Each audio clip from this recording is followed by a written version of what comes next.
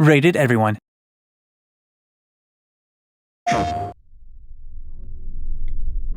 everyone, and welcome to the PlayStation Competition Centre with myself, Brandon Smith. And Richard Buckley. Today we're looking at FIFA 22, but more importantly, custom tactics and formations that you can use to either help you win games or to come back from a losing position, right? Yeah, absolutely.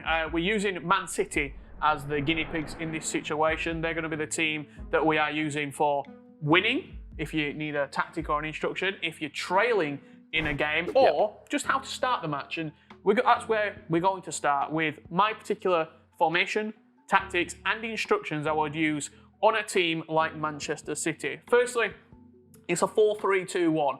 It plays really nice to how FIFA 22 is currently sort of sitting in terms of the gameplay. Finesse shots are really strong at the moment. The midfield battle is where you need to be good. You need to be able to move the ball quickly, but especially in that attacking areas, you want to flood players forward.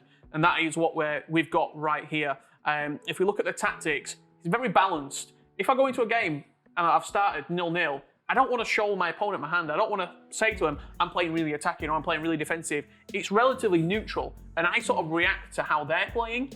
As you can see, width 51. I like that extra one, just to give me a little bit more in the wide areas. Depth on 50. Literally everything is balanced. I've found that when playing, especially sort of FIFA 22, the more that you put the instructions and tactics on, maybe things go a little bit astray. You find Rodri up at left wing, you see Gundogan not in those central areas.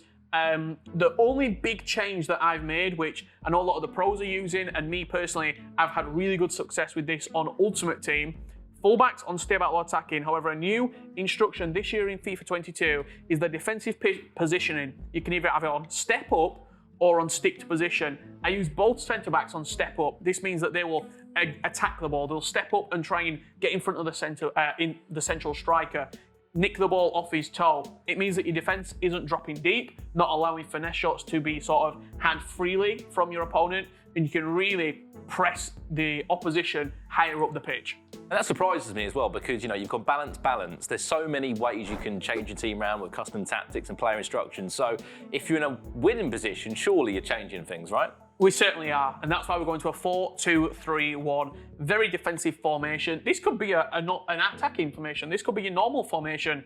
However, the thing that makes it defensive is the tactics. And look, it's not very pretty, but if I'm in a 1-0 position and I'm winning, I see the game out no matter what. Width, 35, get it nice and narrow. Depth, 30, I'm sitting deep. I've got 9 behind the ball. Call me Sam Allardyce, because that is how we're seeing this game out. Slow build-up, possession.